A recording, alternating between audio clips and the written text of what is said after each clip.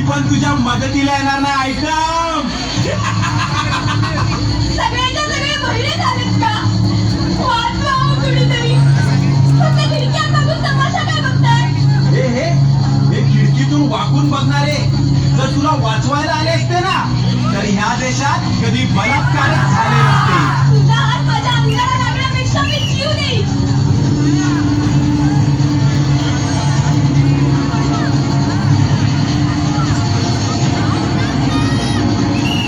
माझ्या आजूबाजूला कुणीच मरलं नाहीये का?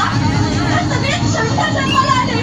आज जर माझ्या अब्रूला धक्का लागला ना तर तुमच्या आया बहिणी तुम्हाला कधीच माफ करू शकणार नाही. तुला काय वाटलं मी गेलो? वाचवा हो, वाचवा. वाचवा कुणीतरी.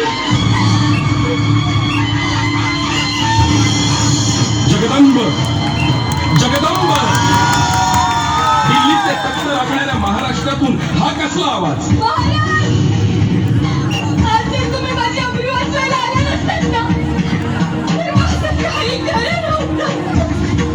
शरम वाटते शरम वाटते.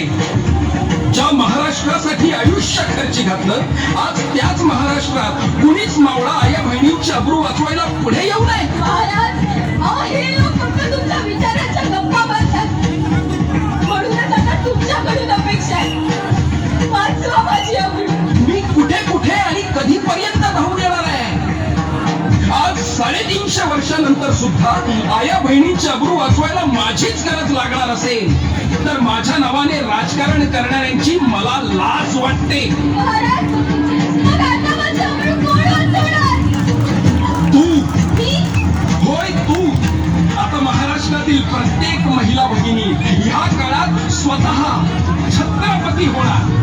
छत्रपती होणार.